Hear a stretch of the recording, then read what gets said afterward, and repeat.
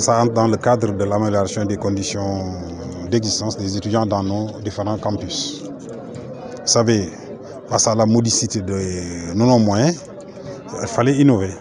C'est ce que nous avons fait en faisant appel à des partenaires.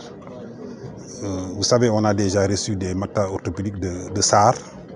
Nous avons reçu la semaine passée un important lot de matériel, du matériel médical de la Fondation Gorgui Sy Dieng. Aujourd'hui, nous recevons 500 matelas orthopédiques de GCO.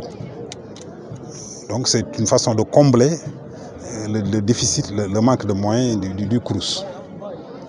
Nous avons un seul objectif, une seule ambition, c'est de mettre l'étudiant qui soit dans des meilleures conditions de vie dans les campus pour permettre à cet étudiant de réussir ses études et de servir la nation sénégalaise. Parce que vous le savez, le chef d'État a beaucoup investi. Le ministère de l'Enseignement supérieur, le ministre, il y a des investissements énormes qui sont consentis au niveau de l'enseignement supérieur.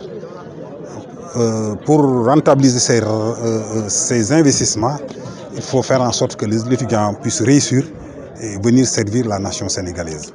Vous voyez, nous sommes à l'ère du pétrole, du gaz, etc. Et nous sommes une société à vocation scientifique. Donc je crois qu'il va falloir bien former nos élites, nos étudiants, pour permettre à ces étudiants d'être compétitifs, non seulement sur le plan national et sur le plan international. Son corollaire, c'est vraiment la recherche effrénée de la réussite de l'étudiant. Parce que j'ai trouvé sur place des étudiants qui ne sont pas seulement des lanceurs de pierres, mais des étudiants aussi qui proposent des solutions, des étudiants raisonnables qui acceptent de se mettre autour d'une table pour discuter et trouver des solutions.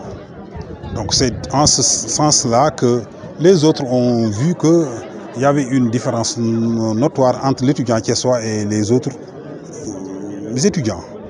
Récemment, il y a eu quelques soubresauts, mais les étudiants ont fait savoir que c'était simplement pour se faire entendre.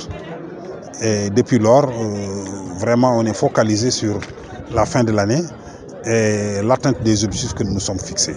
Nous avons répondu oui et aujourd'hui, un peu, c'est l'aboutissement de cette première étape-là. Alors, un grand merci à M. le directeur de nous avoir invités et c'est vraiment une grande fierté pour nous de participer au développement de cet environnement-là qui est absolument magnifique. Alors, bravo à tous. Merci. La contribution de Grande Côte Opération, à la demande de M. le directeur et de ses équipes, était de fournir 500 matelas orthopédiques pour des étudiants pour leur permettre d'avoir des conditions de vie qui étaient plus adaptées à un cadre propice pour les études. Hein. Alors, ce qu'on comprend aujourd'hui, c'est que 500 personnes vont pouvoir dorénavant être dans des bonnes conditions. Alors, c'est un peu la contribution de GCO. Est-ce qu'on peut s'attendre à d'autres actions peut-être?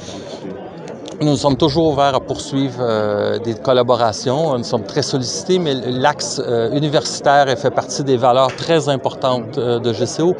À savoir que beaucoup de nos employés sont issus des grandes universités de Thiès, que ce soit la Polytechnique, l'école d'agriculture, enfin, toutes les écoles d'ici. On a plusieurs de nos employés qui sont issus de ces écoles-là. Donc, nous avons un penchant évidemment naturel à vouloir continuer à supporter ce développement-là.